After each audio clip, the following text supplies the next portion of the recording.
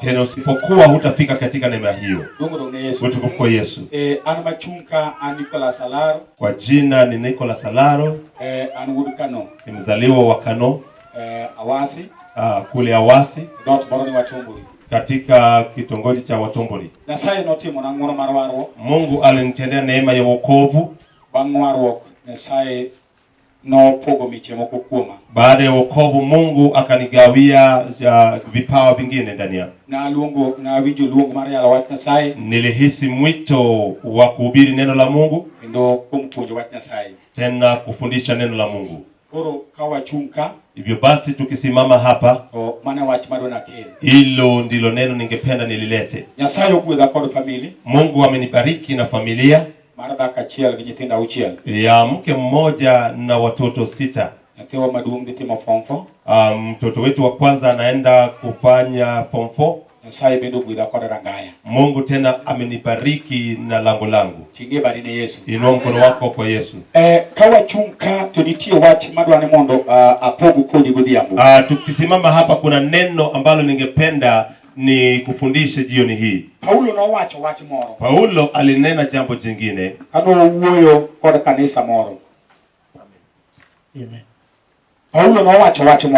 Paulo alinena jambo fulani.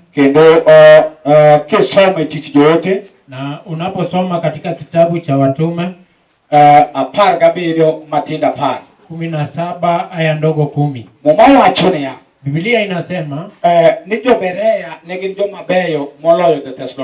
ya kwamba watu wa Berea walikuwa watu wema kuliko wa Thessalonika. Sababu gani? Walipokuwa wakishafundishwa neno la Mungu, walikuwa wanarejea kuna kili maneno waliofundishwa kama ni kweli. Na siku nyingine Filipo alikutana na Ethiopia mmoja, wakati Roho Mtakatifu ilimuelekeza.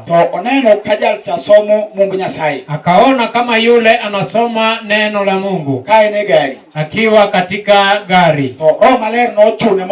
Na Roho Mtakatifu ilimlazimu apate kushuka. Na alipofika karibu na yule, alipata kama jamaa anasoma Biblia ya Isaya. Na akamuuliza ya kwamba, haya maneno unayoyasoma unayasikia kiini chao? Na alieleza Filipo ya kwamba, mtaweza sikiza aje kama sijafundishwa? Ni kumaanisha mtu lazima afundishwe ndiyo atakuwa. Usipokuwa hautatembea na neno la Mungu. Jioni wa leo kuna maneno 3 nataka niongee kwalo. Na nitachukua muda mfupi sababu ninajua kutumia saa. Walimu wanatambua ya kwamba kuna darasa ambapo ukiweka mtoto kupita lisali moja hawezi sikia. Utukufu kwa Yesu. Ninakusi usilale katika kiti. Utukufu kwa Yesu. Tulifundishwa kuhusu neema. Na ninataka nikueleze ya kwamba ukishafika katika neema, ili ufike katika neema, ama kama ushafika katika neema, kuna kitu kimoja ambayo imebaki ambayo inafaa ukuwe nayo. Ndiposa utafikia katika kiwango unayohitaji. Ninafurahi na jambo niliyosikia ikifundishwa. Tukufu kwa Yesu. Wengi hawajapenda mafunzo.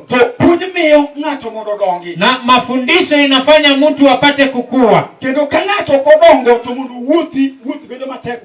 Na mtu asipokuwa ni vigumu kutembea mwendo wa wokovu. Na mtu ataweza tembea na aone mwendo ni mrefu apate kuangusha. ema kudhiambo masabo. Ndiposa Mungu akituweka katika ukumbi mwendo wa saa 8 mondo wagoe mbaka kumweche moko manyalo miyo mondo wachakwa rogi, ili tusungumzane kwa jambo ambayo inaweza kutufanya tukue. Gimumi achopo kama ntieni, kinachonifanya nifike mahali nilipo, achopo nikech nakao puonj moko maketi chunya. Nimefika sababu nilishika mafundisho niliyoyafundishwa nikaweka nafsini. Kawadong kich jonyuol osewewa, tulipobaki mayatima wazazi walipotuacha, to nawinjo puonj manogo koda okang', na nilisikia mafundisho ambayo nikapiga hatua. Koro mana momiyo kada kawabete makasani, hapo ndipo maana hata tunapokaa katika hili ukumbi, to wadwa ni mondo wapuonjre weche moko mondo wachakwa go okang'. Ninahitaji tupate kufundishana maneno mengine ili tupate kutua, mondo weche ma wawinjo mag ng'wono ka mondo watime practice mondo wayudi, ili yale maneno tuliyosikia ya neema tuweke katika kazi ili tuendelee. Gibadwa uwe sani adwa uwe igongilugniye, ninachotaka kuongea kwalo ni kuhusu imani. Ng'wono kiseyudo to nitie gimilugniye manyaki bedgo. Neema ukishaipata kuna imani lazima uwe nayo. To wan kod rang'iny mar yie mopogore, na tuko na viwango tofauti ya imani za imani.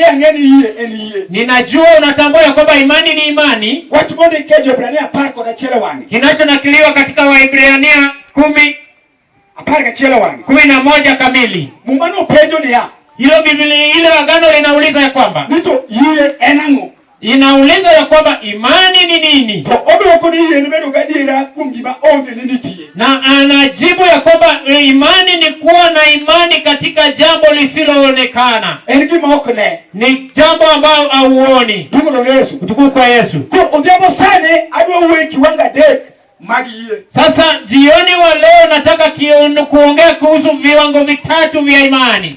To angnangisi kiwanga dek madwa uweyo, na nitakufafanulia kuhusu viwango vitatu ninavyotaka kuongea kwalo. Abiru uwe gimilu nguniye mar ng'ato. Nitaongea kuhusu imani ya mtu. To ekanitie yie mar joote, na kuna imani ya watumwa. Kasto nitie gimilu ni teko mariye, na kuna kitu kinaitwa nguvu ya imani, manyalo miyo ng'ato chope gik modwaro, ambayo inaweza fanya mtu afike kwa vitu anavyohitaji. Jasomo adwa ni yele na Ibrania 10:1 wachage kanyo. Msomaji, hebu fungua Waebrania 11 tuanze na hapo. Muma minyeyo masamori somo pile, ni agano ambao unalitambua, pengine unainakili kila mara. To adwa na pogo digigudhi abosani, nataka nikutofautishie jioni wa leo. Iye ochalo mitoka. Imani ni kama gari. Kendo gari ni kod fundi mang'eny, na gari lina viungo vingi. Nitie gik ma ka gari onge go to gari no ok nyal ringo. Kuna vitu ambao gari likikosa haiwezi kutembea. Kendo gari no ok nyal ringo mawuok piny, na hilo gari haliwezi toka chini kuendelea. Nitie wiring manie gari no. Kuna ufundi ambao imefanywa katika hiyo gari. Kendo en kod gimiluongo ni carburetor, na iko na kitu kinaitwa carburetor. En gi engine. na iko na engine. Koro mondo luonge ni gari niso ni nyaka obed gi parts go te. Ili kuwe ni gari lazima liwe na mitambo kamilifu. Koro yie bende gi fuondge. Sasa imani pia lina viwango. Dungo dong Yesu. Haleluya. Tingi bali Yesu kama. Uinua mkono kwa Yesu hivi. Weninde chokruok. Wacha kulala katika mkutano. Gimana neno chieng' moro kaninde chokruok utieno kigo tangazo. Kitu niliona wakati nilikuwa nalala kwa mkutano matangazo ikifanywa. Amen. Amen. Na bete ko mbele kama. Nilikaa mbele. Na ringo mabor. Nilikimbia mbali na nikachoka. Mungu dong Yesu. Tukufu kwa Yesu. Paul kabet kato wiyagore. Paul nikiwa hapa kichwa yangu kinajipiga. To apo ka komogo ya piny. Na nikastuka nimeanguka na kiti. No yudo joyalo majomaranda man kanyo. Na ilipata kama wahubiri supavu wako hapo. Jowadwa noko wena thuolo nochak mana golo jochiende kuoma. Sikuachiwa nafasi, walianza kutoa mapepo kwangu. Koro na wachi ni jayalo. Sasa niseme mimi ni mhubiri. Jayalo mane wuge ing'ani piyo. Mhubiri gani toka ndani ya huyu mtu haraka. Tukufu kwa Yesu. Koro weninde chokruok. Sasa wacha kulala katika mkutano. Inua mkono kwa Yesu. Hallelujah. Hallelujah. Koro nitie parts mag yie. Kuna viungo vya imani. Amen. Mungano wacho dango ja somo. Parga chiele wangu. Wacho ni ya. Yie en bedo gi adiera e chuny wa yule mako for moro kono.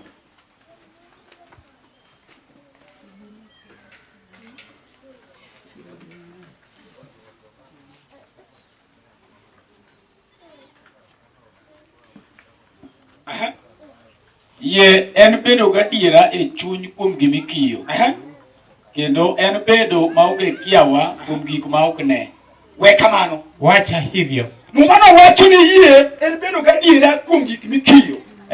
Hiyo Biblia inasema imani ni kuwa na uhakika kwa vitu vitarajiavyo. Gimikiyo gimokne. Vitu ambavyo unatarajia na uyaioni. Mano introduction madwa una uwe. Hiyo ni ufafanuzi ambao nataka niongee kwao. Ko wan kodi gimiluongo ni yie marang'ato adwa ni maki. Tuko na imani wa mtu hapo, nataka unakili vizuri. Wacho ni yie ni kodi body mang'eny. Nilisema imani iko na viwango tofauti. Tukimumio jo chope gigi magedwaro. Na kinachofanya watu wasifikie vitu ambavyo wanahitaji. Hapo kwa yie muwote. Mtu hajatambua imani analotembea nayo. Anangisi kako setiyo na. Nitakuambia vile imenitumikia. Ko amor kodi ya kutoka Yuda mokade. Na ninafurahia na wana wa Yuda watatu. Watu munde kie Daniel aden matenda kitu ambayo imeandikwa katika Danieli 3:11. Chimoroko Mark Sadak Meshach na Abednego. Siku moja Sadak Meshach na Abednego waliposhikwa, kotelgi tuche penye Babylon. Walipokamatwa wakapelekwa katika kifungo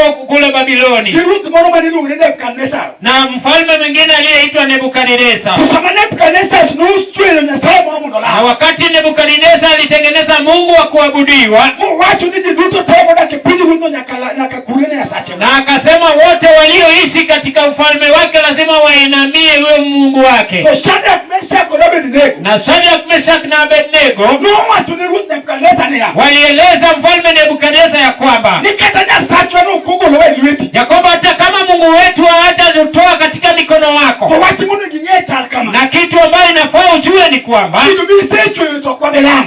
kitu ambayo umeumba hatutainamia. Na wanaume walitengeneza kitu kinachoitwa imani yao. Utukufu kwa Yesu. Sababu imani yake mwenyewe. Na kuna vitu ambavyo utaona wakati umetengeneza imani. Wakasema hata kama Mungu wetu hajatutoa. Unasikia mfalme unachofaa kutambua ya kwamba hii mfano ulioumba hatutamwabudu hata kama hajatutoa iwe hivyo. Na walikuamilia katika imani yao. Kuna imani ya mtu ambayo unaweza tembea nayo, ambayo unaweza fikia naye kwa kitu unachohitaji kwa Mungu. Kuna hatari ambayo unaweza pitia. Utukufu kwa Yesu. Kuna mchungaji rafiki yangu kule Kisumu, anaitwa Mose mwana wa Kisii, kanisa la Deliverance badunga penye Kondele, katika kanisa ya Deliverance kule Kondele. Katika mwaka wa 2005 alisikia imani ilimpandisha. Kama mapepo ya ufukara inamsumbua yeye pamoja na mkewe. Na siku moja akasikia imani imempandisha. Akaeleza mke wake ya kwamba leo tunataka kufanya searching. Tunaenda kufanya shopping. Wanaenda naku matika chok pale. Na mwanamke akasikia akafikiria ya kwamba leo kana kwamba kuna pesa. Na saa hiyo kulikuwa na shida nyingi, hata kulipa renta ilishindwa. Na kanisa pia inamuelekea vibaya na yeye. Wakati alifika katika supermarket, akaeleza mkewe, hebu chukua vitu. Na yule mwanamke akachukua vitu vikajaa troli ambao wanapeleka kama wilbaro ile. Na wakati alifika kwa mahali ya malipo, akaeleza mkewe, hebu toka nje kidogo, kuna simu inanihitaji pale nje. Sababu zile vitu hata ukisimama naye pale hakuna mtu atakuuliza. Utukufu kwa Yesu. Na alipofika nje, na akamwambia dada, sikia, saa hii sina pesa, Mungu atatupea pesa na tutakuja kufanya shopping. Na mke alimtusi kule supermarket. Mhubiri umehubiri mpaka umepagawa. Unaweza kunileta katika supermarket na na una pesa. Kitu ambayo mwanaume alijaribu kufanya, alikuwa anasimamisha kitu inaitwa imani, ambayo inaweza leta kitu kwa mtu. Akasema, mfalme, nimekuja sina pesa, lakini natambua mwaka ujao nitapata pesa ya kufanya shopping. Baada ya mwaka mbili ikifika, Mungu alianza kuinua huyo mwanamume. Ukiangalia gari anayotembea nayo sasa, anatembea na TS, gari ya milioni 4. Alitoa ufukara na imani. Imani lazima uweke katika kitendo. Imeandikwa katika Yakobo ya kwamba imani bila matendo ni imani iliyokufa. Haleluya. Ni imani iliyokufa. Wakati alikuwa anaumba imani, mwanamke hakuona. Ni imani ni kama jeki. Jeki ni kitu kidogo, lakini inaweza kuwekwa inue gari juu. Na sio kitu kikubwa.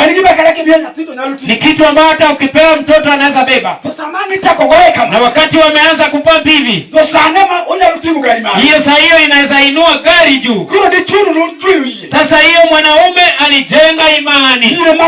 Imani yake ambaye anaweza tua naye kwa jambo. Wakati mwingine nilipoenda kula gongo, wacha nikuambie, nilikutana na mwanamke mwingine kule jangwani, kama ameenda kuomba kuabudu Mungu, na akaongea na Mungu, akalala katika mwamba, na akatoa matafari nyingine, akaweka chini. Anaeleza Mungu ya kwamba, Mungu, hapa ndio nilikuja ili upeleke watoto wangu shuleni. Mimi ni mjane, siwezi. Mungu litenda mpaka mtoto wangu akaenda shule. Jehova alipata shahada. Mungu, nimerudi hapa katika jangwa. Sikia matofali. Mvua imeninyeshea kutosha. Mwaka ujao na inakuhitaji langoni mwangu. Sikia matofali. Anaongea na matofali katika jangwani. Imani ambayo unaweka katika kitendo. Haleluya. Ninasema watu wanashindana. Nilipokutana na huyo mama, akaniambia baada ya mwaka moja, akaniambia, mtumishi wa Mungu, Mungu alinipea nyumba, na hakunipea nyumba ya matofali. Alinipea mawe ya diedo nikajenga nayo. Mungu alitenda. Aliongea na matofali. Kinachofanya usifike katika kiwango cha kitu unachohitaji. Paul, wacha nikuambie mwanavita, nilienda kule Kisumu. Tukufu kwa Yesu. Nikivaa suti yangu ambayo imepambwa. Nikaenda katika duka ya gari. Nikaenda kuuliza gari ya milioni 1.8. Na niko na 500. Na wao wakabaki na namba yangu. Huwa wananipigia ya kwamba unakuja kuchukua gari lini? Nikasema ngoja tu, Mungu wangu analeta fedha. Imani lazima uweke katika kitendo. Haleluya. Imani lazima uweke katika kitendo. Imani bila matendo haifanyi. Tukufu kwa Yesu. Najua mfalme ataleta. Unasikia? Kuna vitu ambavyo vinaweza kukushinda ili ufike katika kitu unayohitaji. Sababu mtumishi wa Mungu, rafiki yangu hapa Nyakati, ambaye ni mhubiri kama mimi, kila wakati akienda mkutanoni, hiyo siku ndio mvua inanyesha. Na alikuwa na hubiri na baisikeli ya babu yake. Sasa wakati mvua imenyesha, anabeba baisikeli begani. Tukufu kwa Yesu. Siku nyingine alisikia imani imempandisha, kama amenyesewa ya kutosha, na baisikeli pia haiwezi tembea. Akilichukua baisikeli ya Hydrojet, alirusha katika makoge, na akasema, wacha Was iseta magiga. Umenishinda kwa vitu vyangu. Tukufu kwa Yesu. Watu walimchekelea. Baada ya mwaka moja Mungu alileta wish gani. Unasikia leo asiyekuwa na imani haiwezi kufurahisha Mungu. Imeandikwa katika Warumi kwamba ni kitu gani lazima imani ikuwe? Ni vitu vya Mungu tupate bure. Ili tupate bure. Haleluya. Anasema tena notimo school, notimo class 4. Wakati mtoto wangu alifanya darasa la 8. Tuna huyo Nyasaye. Niliongea na Mungu. Wakono ni Nyasaye kitimo. Nikamwambia Mungu ukitenda. Nyapende bro ndi kumulugonge. Huyu mtoto ataenda pale aliitwa. Karawa sikidala wanuwinja. Kumbe maadui wa kwetu walinitambua. Chopo samenya tiba school. Ilipofika wakati wa mtoto kwenda shuleni, aonge kipesa. Sikuwa na fedha. Mungu ndo Yesu. Mungu kwa Yesu. Nyapende kile wake. Na mtoto pia anaenda Lwaka. Pesa onge. Pesa hakuna. Angisili Papa. Niko na 10,000. Mingime kona nia.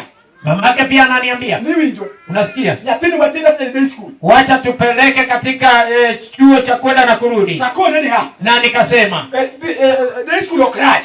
Day school si mbaya. Tukimana uwe. Na Kenya niliongea kwa. Nyapende kokado. Ya kwamba huyu mtoto akipita ataenda mahali ameitwa. Hiyo ndio neno ninataka. Ukatamu rani school lo. Sikatai ya kwa shule ni mbaya. Kitu ambayo niliongelea kwa ndio nataka tufanye. Na pesa utatoa wapi? China loso choko mate nao. Na siku hiyo nilitengeneza mkutano kidogo nyumbani. Tuko kwa Yesu. Angela kolare ginubiro. Angina maana walari walikuja. Gibiro akonyo wenya angichopo ngoma du. Walikuja nikasema mwana vita niko na mkutano mdogo. To ewi alfa par mune gadiku sikuli. Na juu ya 10,000 ambayo ilikuwa inafaa niende naye shuleni. Akono silingi alfa leki ni pesa. Nikatoa 3,000. Okangiso kana mimi naona. Sikuambia hata mke. Akoni zako ni bro mia yangu kangisa ni pesa nyanga. Nikasema atanipea pepo kama nitasema ninakata email. Tieri ya committee yogo mwana sauti. Kuna hekima Mungu apate kufanya kazi. Akono nyara masusana ya. Nikaeleza binti wangu Susani ya kwamba tayari alihubiri wale. Wahubiri wawili wamekuja katika nyumba. Demani basa mokare. Enda utafute basa 2. Kausini alifukona. Weka 1,000 hapa 1,000 hapa ni. Apatie mudo. 1,000 iliyobaki. Ndio goskari kichak box ya lipo. Enda ununue sukari na maziwa box 2 ugawe. Kasti ibigo. Hatimaye ukuje. Kangile murumu. Wakati maombi itaisha. Wale ndo ndani Nyasaye. Tunataka uombewe naye Mungu. Mungu Nyasaye kesi kufi. Ili Mungu alete karo. Imonge timokti. Imani bila matendo haifanyi kazi. Kuru kawa selemu. Tulipokuwa tukiomba, watiko lemu. Tulipomaliza maombi, wachunto wawacha nea. Tukasimama tukasema. Jolweni kataka poko de. Wahubiri hata kabla mjaenda wanani. Tuko na neno katika hili nyumba. Na pino nego nisiku nyuma menye. Huyu mtoto inafaa ende shuleni wiki ijayo. Wapane pesa. Na tuoni hela. Mungu ndo Yesu. Nitukufu kwa Yesu. Tuwako ni wala Mungu ndo lamni Nyasaye. Tukasema tunataka aombewe Mungu. Na pino kwa chonge pinti koma kugiga. Huyu binti anagotisha akishika haya vitu katika mikono. Ndio kwa chonge kocha magocho kwa na mama yake pia amegotisha pande ile na alikuwa katikati. Utangala Mnyasaye. Na tukaanza kuomba Mungu. Samanola Mnyasaye. Wakati waliomba Mungu. Mungu ndo Yesu. Tukufu kwa Yesu. Kwa misango manuchi. Na dhabihu tuliyotoa. Kawa tieko. Tulipomaliza. Kwa muticha dek. Tulipofika Jumatano. Contract corona timu ginji yo moho. Kuna contract tulifanya na NGO fulani. Pesa no kwamo. Pesa ilikwama. Kwa muticha dek. Tulipofika Jumatano. Tayo message si. Nikapata ujumbe katika simu. Mimi kao check bali. Kwamba kuja uchukue cheki yako. Nikasema Mungu. Kumbe na imani bila matendo. Haiwezi fanya kazi. Ukoo aliuliza. Amepata hela wapi? Kwa mtoto akaenda na shule. Wahubiri watu wanadharau. Wanafikiria Mungu wao hayuko. Anakwambia ya kwamba imani ya mtu inaweza fanya kwa mtu. Haleluya. Alienda na anasoma hadi leo. Kwa Yesu. Mara leo butimo. Wa pili pia akafanya. Nyako kelo. Binti pia. Macho kolo ngesele. Yeye haikukuwa hata na hela. Ile nilikuwa vyema hata nilikuwa na 10,000. Ayeto kolo neoge. Yeye sasa sikuwa na chochote. Mungu ndo Yesu. Kwa Yesu. Tungu Yesu. Tukufu Yesu. To iluonga injili moro Nairobi. Nikaitwa injili kule Nairobi. Pesa baoge kwa madhi Nairobi. Fare pia sikuwa naye ya kwenda. Na nikasikia Waramogi wakafungua Ramogi. Kechina ya loga TV chini kocha. Sababu nilikuwa na ubiri kule Lolwe huko nyuma. Kurujo Ramogi uliwanga TV. Waramogi wakaniita kwa TV. Cheno mali injili kazo. Weche mpangilio ya injili inayopita. Tahoge kipesa madhi kuna Nairobi. Na sikuwa na hela ya kwenda, nauli ya kwenda kule. Ketinya sasa moro 100 Mtumishi wa Mungu mwingine akanipea 2,000. Akaniambia mhubiri enda Nairobi uende ubiri. Samadi wale. Wakati nataka kuenda. Kwa jamaa wadako koge. Tunaoishi nao wale. Ndugu wewe nani? Ndugu unatoa chai. Akawa lofa wewe. Nikatoa 1,000 nikaja. Ndugu alifajia. Nikabaki na 1,000. Ambe angisili 100. Mimi pia niko na 300. Ramo baramu ni ya. Kwa familia pia nimeahidi ya kwamba wakati gutu ningato Nairobi. Nimeahidi ya kwamba sitapigia mtu huko Nairobi. Akulina sai kenu wachi. Nikasema kama ni neno lako Mungu. Ibiro duoka. Utanijibu. Ndugu Yesu. Tukufu Yesu. Haivo metoka shilingi 100. Nikapanda gari 900. Adongi shilingi 200. Nikabaki na 500. Tamu 200. Nikakula 200 katika barabara. Nikabakisha 300. Kaka duga kia. Vile nitarejea sijui. Anpera Nairobi. Bado ninaelekea Nairobi. Katupo Nairobi. Kufika Nairobi. Taparo. Nikawaza. Akoni wa gotu nusiebla moro. Kasema wacha nimpigie rafiki yangu fulani. Umaro Media nitie. Mahali Royal Media iko. Kilimani koja. Ni Kilimani. Tako chine jaji mwana musiepina. Na nikapigia jaji mwingine rafiki yangu. Ni Justice Okongo maja Kolwa. Anaitwa Justice Okongo wa Kolwa. Maja rondo waro. Ambaye ni wa sauti ya wokovu. Jamumba kudini madonga pili bubu. Walioshika dhehebu makubwa kubwa kule Bugurugu. Taibu kasi boko lawani. Na nikapata simu yake aingi. Tako chine jaji maana Okongo. Na nikapigia mke wake ambaye ni Ano Kongo. Ndugu Yesu manyana Kwa Yesu binti wa Hero. Tuko na jaji nyinyi kani. Akaniambia mwana vita uko wapi? Akona ni Nairobi. Na nikamueleza niko Nairobi. Abilo yale Ramogi. Na nimekuja kuhubiri hapa na Ramogi. Tuko na Ramogi chini kwa Rwaka. Na akasema Ramogi ni karibu na sisi. Royal Media chini kwa. Royal Media iko karibu na sisi. Kaka gari Nyakayaya Center. Chukua gari mpaka Yaya Center. Mundu romri kanyo. Ili uchukuliwe pale. Ndugu Yesu. Tukufu Yesu. Kachopo. Nilipofika Kikawa. Wakanichukua. Utera hao. Wakanipeleka katika nyumba. Nikalala. Nyaro ngaro na gari maruba gukinyi. Binti wake akanikatia gari ya Uber asubuhi. Mwangalia yale studio. Ili niende kuhubiri kule kwa studio. Gari minga online. Gari ambayo inakatwa online. Katieko. Nilipomaliza. Hapana kaka duo. Nikajiwaza jinsi tutakavyorudi. Gari cha kuduga ode. Gari ikanirejesha mpaka kwake. Amadu chai. Nikamkunywa chai. Tuko ni jalwe. Akaniambia unavita. Ile ndo cha wako. Unaona gari inayosafishwa hili. Jaji tuongee nyote Amerika kwa. Jaji ayuko alienda Amerika kule conference. To ande dala sana. Na ninaenda nyumbani sasa. Hadi ni uputi kama magani yangu huko. Ninaenda kuangalia shamba zangu za miwa kule. Ndio si unaenda? Takuna ni wande mama. Nikasema tunaenda mama. Akuni nyasaye. Nikasema Mungu. Mama ni denge. Huyu mama angetambua. Winga manodo ndio niongeze. Yakobo mwenye aliingia kwake hana nauli. Ene mochuru kumi. Yeye ndiye alikuwa analipa kwa imani. Mbona dogo dala. Yeye ndiye nyumbani. Tunu Yesu. Tukufu Yesu. Haleluya. Haleluya. Kulabiro. Tunakuja. Watu puna kuru. Tukafika Nakuru. Hotela cha mchimu moko mapati kile. Akanipeleka kwa hoteli nikakula chakula nzuri. Nitichimu mapati kile. Kuna chakula nzuri. Ndio Yesu. Haleluya. Kawati kuchimu. Tunapomaliza chakula, tupenda ni budala. Akaniuliza mwana wala. Ningija tima nyutimu. Je, uko na mtoto aliyefanya mtihani? Tako ni mama. Nikamwambia mama. Nyara mafitu nyutimu. Binti wangu Feta alifanya. Lakini magoa puko lendo. Lakini magoa hajatangaza. Na wito niki lendo ki. Nilisikia wanatangaza kesho. Nikale kangi lendo. Na wakitangaza. Mimi ndo kole letter. Na ukasipata gari mwito. To na WhatsApp. Unitumie kwa WhatsApp. Angie unie kana sabuni moko na fitu kusi. Nikununulia hata sabuni mtoto aende shule. Akoni ni mama wiji. Nikasema mama nimesikia. Atieko. Nikamaliza. Tukufu Yesu. Katieko. Nikimaliza wawele adoka. Tukaachana nikarejea. Nyatio olendi nyatio kalo. Wakatangaza mtoto akapita. Tukufu Yesu. Aolo ne WhatsApp. Nikamtumia kwa WhatsApp. Ubiro dala. Akakuja nyumbani. Uluga nija lweni dia dala. Akaniita Mwanavita kuja nyumbani.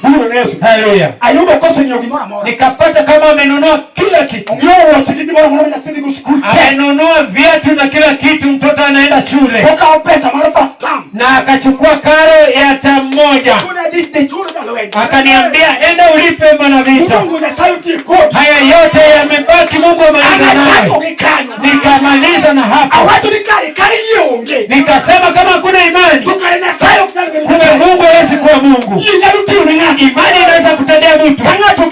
Kama umeweka katika kitendo. Bitie kimajalo tamu Kina kitu ambayo inaweza kuzuia mtu. Tuko na maboma ambayo kuna maufukara. Wewe nilisikia kama maadui aliongea, mama aliongea. Ni ufukara mbaya sana. Haleluya. Boma ambao ukiona umma ambayo imeishi ndani, itakuonyesha kile kinaendelea. Na kuna imani wa mtu ambayo inaweza kutua na mtu ili ufike katika kitu unayohitaji. Wana wa Yuda walisema ya kwamba hata Mungu wetu asipotuondoa katika hili moto, kitu ambayo unafaa utambue ya kwamba Mungu wako hatutamuinamia. Kuna wenye wameinamia watu wakati wamekosa kitu ambayo utatambua. Imani ndio ujaondaa ambayo unaweza pita nayo mbele ya adui wako. Haleluya. Imani. Kwa ninasema imani ina nguvu. Imani inaweza vita na mtu mwana vita. Ili uone uwezo na mamlaka. Nisikia akiongea kuhusu mambo makubwa ambayo mfalme anatenda. Siku nyingine nilipoenda kufanya mtihani lingine. Nilienda kufanya mtihani na kundi fulani. Nilienda na wale waliosoma kuniliko. Sababu tukusoma vizuri. Na nikasikia imani inanipeleka. Wanataka watu 5 peke yake. Watu wameenda kufanya mtihani watu 30 na nikasikia imani imenipandisha. Kwa hiyo imani nikauliza kati ya wale wa 35 mimi pia niko kwa moja ya wale 5 waliohitajika. Mungu ananipeleka mahali tunaenda kwa conference. Haleluya. Tukaingia katika hoteli fulani inaitwa Gozen. Ufukara ni mbaya. Nilipofika Gozen, Gozen ni ghorofa bora. Gozen ni ghorofa 8. Ghorofa moja Rome, ghorofa mara a beach. Na ghorofa tunaoenda kukutania ni ghorofa la 5. Kola hizo lift. Nikapanda lift. Lift tutera ghorofa mara bora. Na lift ikanipeleka juu kwa ghorofa la 8. Ataka dugo pinduki. Nikarudi chini kabisa. Ataka dok na kaboni. Nikarudi mpaka 8. Ataka dugo pin. Nikarudi. Chunje badala wa. Roho ya kwetu. Kama no kwanza na kalift. Wale waliokuwa kufa wasipopanda lift. Kitako sandre dure. Wakaanza kunitesa kule dure. Kuru jamu mpenda ni. Sasa mtu ananiuliza. To edi kanye. Ulikuwa unaenda? Hakuna dego ghorofa mara pili. Nikasema nataka. Ndio kama. Leo nafinya hivi. Kuru kuchupa tode yao. Sasa ukifika itafunguka pekee. Kuru yao leta Lord. Sasa ikafunguka na nikashuka. Ayudo kama sungu bete mesa giji. Nikapata kama wazungu wamekaa kwa meza. Mungu ni Yesu. Tuko kwa Yesu. Kama sembete mesa. Tulipokuwa kwa meza, ungiswa ni wako order na tokoke order kimodo waro. Tukaambiwa tupige order kwa kitu tunayohitaji. Ukili chiemo moko mondeke Kizungu mabege. Wakaleta chakula ambayo imeandikwa katika jina la Kizungu ambayo imeendelea kinini sana. Mungu ni Yesu. Haleluya. Kwa neno kamaru mogi chicken. Nikaona mahali inaisha na chicken. Hakuna changa liba kwenu moronika. Nikasema ya kwamba inaonekana kana kwamba kuna kuku hapa. Chicken tatapa ni ngwe. Sababu chicken nafikiria ni kuku. Na kodi kiruma. Nikasema leteni hii. Joana yungi mota machamba. Nilileta kitu ambayo ilinishinda kula. Kwa yungi magitu China. Kumbe nimeita kitu cha China. Achako badaleni juice. Nikaanza kujidanganya na juice. Sema na donje room ninde. Na wakati nimeingia kwa room ninayolala, hakuna kasai. Nikasema Mungu. Chini manone ngomeno. Mapepo waliolewa mama yangu. Kachamo itu Mungu kwa pro. Kama unakula miogo na miogo. Changi palo. Mimi pia ninafaa nikule miogo. Wamekuja kunitesa hapa. Watoke kwa roho. Haleluya. Akoni ni usado minwa. Nikasema mnitesa mama yangu. Kama ni wangu utunge dala mara. Kama mama yangu anapiga kibarua kwa boma ya watu. Mechi ngoro gorena kapini puto. Baba siku moja aliangukia katika shamba la mtu. Utipendo meseji mwesika. Falme umeandaa meza mbele ya maadui wangu. Wesiku milo sada kaya. Maadui wamekuja kunitesa tena. Chini vitu de chini badala wa. Shetani unasikia mapepo wa kwetu. Unge kontrolo. Hamuna mamlaka. Nunengo nyakatonyola. Mlewa hata wazazi wangu. Nyakadu kwa mwono kwa. Nilipitia kwa neema juu ya imani. Bana timu ningatu. Ambayo inaweza fanyia mtu jambo. Unasikia wanaonijesha. Kama bila imani ya mtu hauwezi fikia. Unaweza kuwa mke ambao unaona siku zako zimekwisha. Zimepita mwezi zao. Unaweza endea imani yako yako. Ingio kata mana pampas. Umenunua hata pampas. Kata mana ngwen. Hata 4.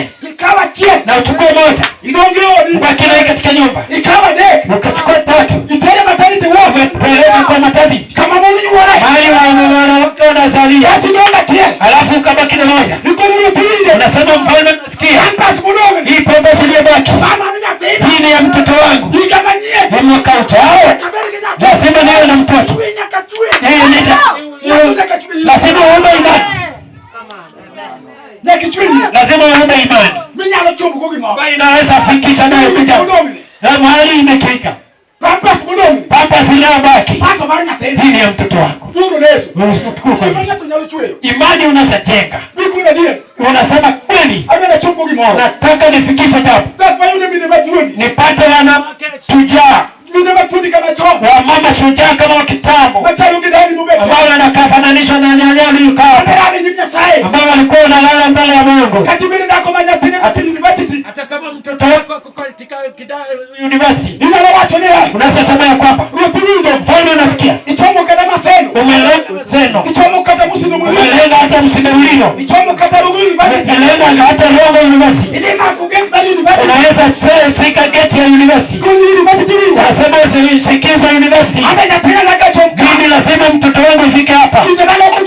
Mapepo isiyoenda kwa university. Yangu lazima akue hapa. Hiyo ni imani ambayo inajenga. Haleluya. Imani unayojenga. Imani ni mwenye nguvu. Bwana wangu imani ni nguvu. Pasipokuwa na imani hakuna jambo linaloweza kufanyika. Hata ulie jinsi gani na una imani hakuna kitu utapata. Lazima uwe na imani ambayo inakufikisha katika kiwango ya kitu unayohitaji. Wote maiti fulani mnafurahia mke fulani ambaye inanakiliwa katika agano aliko 5 aya ndogo 25. Mwanamke aliyetirishwa na tumbo mwaka 12. Huyo binti hakuwa na mtumaini. Siku nyingine alisikia ya kwamba tuume Yesu ya kwamba Yesu atapita. Huyo alitenda imani yake. Akasema nafsini ya kwamba nitakapofikia nishike pindo la nguo yake na tumbo inavuja nitarejea nikiwa mzima. Imani aliyojenga huyo Yesu haikuwa ya Yesu, ilikuwa yule Mungu. Yeye ndiye aliandaa imani ya uponyaji. Haleluya. Imani. Yule mama ndiye alitengeneza imani ya uponyaji ya maisha yake. Akasema nitakaposhika pindo la nguo lake maana vita nitarejea nikiwa mzima. Biblia inasema wakati alisonga karibu akasikia amepandishwa na imani. Akutafuta omewe, akutafuta awekee mikono. Alisikia imani imepandishwa. Akasema nitakapofika karibu na mwalimu niguse ngao yake. Biblia inasema wakati alishika pindo la nguo yake hapo imani ina nguvu.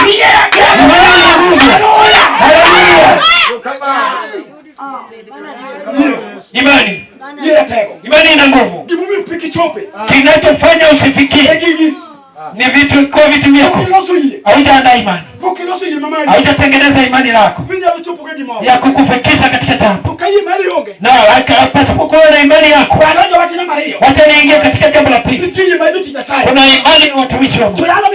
Wahubiri unaoona wameketi, kuna kitu wanafanya ambao wanaweza leta kwako utukufu kwa Yesu. Kumbuka imani ya watumishi wa Mungu. Haleluya. Siku moja Elisha kama Mungu aliyenena naye akamwambia nitakutuma kule nchi ya Sarefat katika nchi ya Sidon hata mke mjane ili akulishe pale. Ule mke alishindwa na ufukara. Akasema ya kwamba katika hii boma tulioko, katika hii nyumba tuna chakula, kuna kidogo tunakula ili tufe. Na pia namweleza kinachobaki kidogo hiyo nitengenezeni kula. Mungu pia anaongea akikula. Mungu anaongea akikula. Mungu hasiongea kama kuna njaa. Kwa Abrahimu mwana vita aliongea chakula. Wewe unasema mhubiri ni mtoto wa nyumba yako. Tangu lini mhubiri atakuwa mtoto wa nyumba yako? Si hapa ndio utapata utachikwa na ufukara. Hawezi nunua hata samaki. Akinunua samaki ni mgongo wazi. Teka nakula Nairobi. Na wewe anakula mgongo wazi hapa. Imani ya kwake imemshinda. Siku nyingine niliuliza ndugu fulani. Akinunua ndogo ndogo akitutengenezea. Na nikamuuliza mtumishi wa Mungu. Na hii kuku ilikuwaje akawa na kichwa mbili? Kumbe alisanya vipande vya kuku. Ufukara imemshinda. Kuku wanakula na watu wakubwa na yeye anakula toka. Kwa hiyo tena imani utakayopita naye kuko Yesu. Haleluya. Niko kikao nitera hotel nijalweni wateri idichamu urenge. Eti unanichukua unanipeleka kwa hoteli tukule miguu. Apeji. Nikuulize. Dunga chati ya kwani menene pia jani menene na chama. Ng'ombe kubwa jinsi ile unaona tu nikule miguu. Dunga Yesu. Pia ninaona kwa pindia mbadunga licha. Mali ng'ombe inakanyaga na chini. Ayo yoma. Wacha mchezo. Wala Mungu ya sauti menene. Tunataka Mungu atumikie mtu. Ili uone uweza na nguvu. Vitu ambavyo Mungu anatenda. Hiyo ndio maana tunafundisha imani. Kuna imani ya watumishi wa Mungu ambayo inaleta watu wachukue. Ninaweza kosa gari na Mungu wangu amefanya watu wako wanaendesha gari. Mungu wangu Mungu anavisa imefanya mtoto wako amefika mahali. Mungu anavisa imefanya hata magonjwa ambayo inatesa. Haleluya. Imani ya wanavita imeleta kitu. Hiyo imani ambayo Ibrahimu hakuwa na imani wake. Wale wageni watatu waliita Sara. Wakamweleza Sara ya kwamba kuja Sara, ni mwaka ujao mwezi fulani tutarudi kwako. Tutarudi kwako. Kama mwaka ulitua Isaka alipatikana. Unasikia? Kuna imani ya wanajeshi ambayo ikikushinda wanavita wanasatoa. Waya kuona mtumishi wa Mungu kama wakweli, kama semegi. Hawa ni watumishi wa Mungu ambao Mungu aliwaita. Haleluya. Haleluya. Kuna vitu ambavyo Mungu anatenda. Nilisema nitapita na nguvu. Mungu ambaye alinifanya ninunue shamba nikajengea. Kama nikitoka kwa mapepo ya lara ya kwetu. Nikasema mfalme bado utatenda. Nilisema kwa imani ya kwamba mfalme unasikia. Watoto wangu wataacha shule nikiona. Wangu lazima wafike katika kiwango. Hata kama mapepo waliua wazazi wangu. Waliua wazazi wangu wakiwa wadogo. Tulibaki kama tunaomba. Mungu ulitushika mikono. Wakati wewe ulimwengu ulituacha. Kama boma imebaki wewe. Kama boma sasa walikuwa wanakodesha. Imani ilitutumikia. Imani ambayo imenifanya niwe na lao. Ninaongea hadi leo. Imani ambayo unaweza shika ya watumishi wa Mungu. Na ilitembelea ikaleta vitu visivyo. Unasikia mama yangu? Unaweza pita katika vita. Unaona kama kuna tumaini. Ninakwambia leo kwamba kuna imani unaweza pita nayo. Hata kama maadui wamekataa. Unasema itawezekana. Itawezekana mama. Hata kama mapepo wamekataa. Imani na nguvu. Imani itapita nao. Imani itapita na mtu. Hiyo ndio maana tunahubiri Yesu. Wakati mapepo waliua mama yangu, tulipobaki katika boma, mama tulizika bila sanduku. Sanduku ambayo ikifunikwa huwezi ona mtu.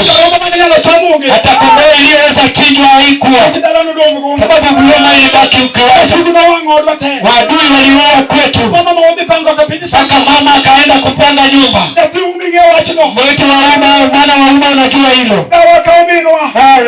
Nyanya akachukua mama yangu ili aende kukua na mama yangu. Mama yangu alikufa kwa mjomba, akabebwa akapelekwa Wasi. Wasi alipopelekwa kule kukua na boma, boma ilibaki kiwanja. Mzee anatoa kibati ine ili mama yangu azikwe. Tukazika tukamaliza. Ikawa ndugu yangu mkubwa akakufa katika boma ikawa Kodesa. Watu walikodesa na wakalima nyimiwa. Sasa tukapeleka ndugu yangu nyumbani tena tukazika. Ikawa binti wa leo fulani, tukaenda tukazika na ngata. Boma ikikuwa na tumaini. Siku nilipata Yesu nikasema, Yesu kama unazika upite nami. Hiyo ndio maana nilisema sitaenda vile wengine wanaenda. Ninajua mimi sitaikutana na wewe.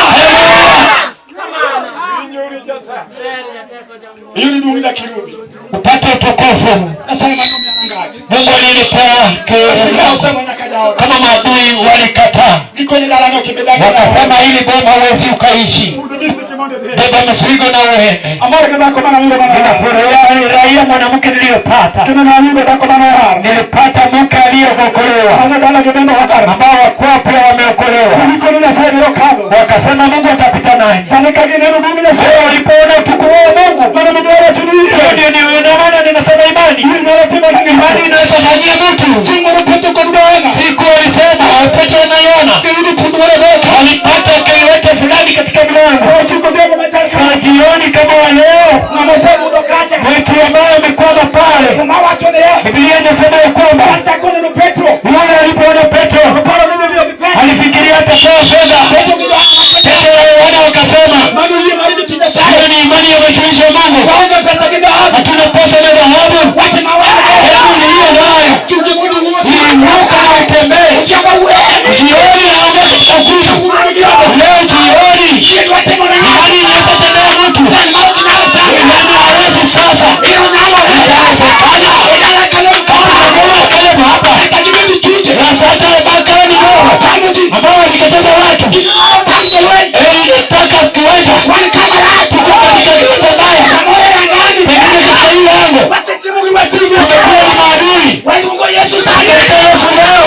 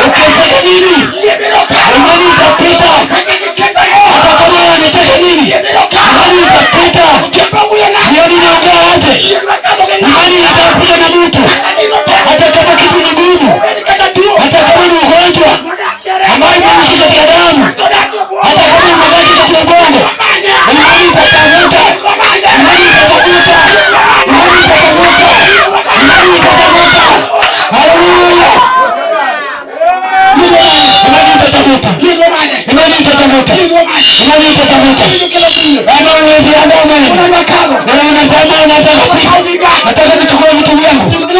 Kitu iliyokwama hata kama wamekuona kwa jioni nasema hivi, unaweza clearance. Unapata clearance. Hata kama uko katika boda hawezi shika. Jioni ya leo kuna umateka, kuna mwekerubi aninabii sasa. Alikuwa kuna ulimwengu itakuwa ninabii sasa. Alikuwa tandulia kama ninabii sasa.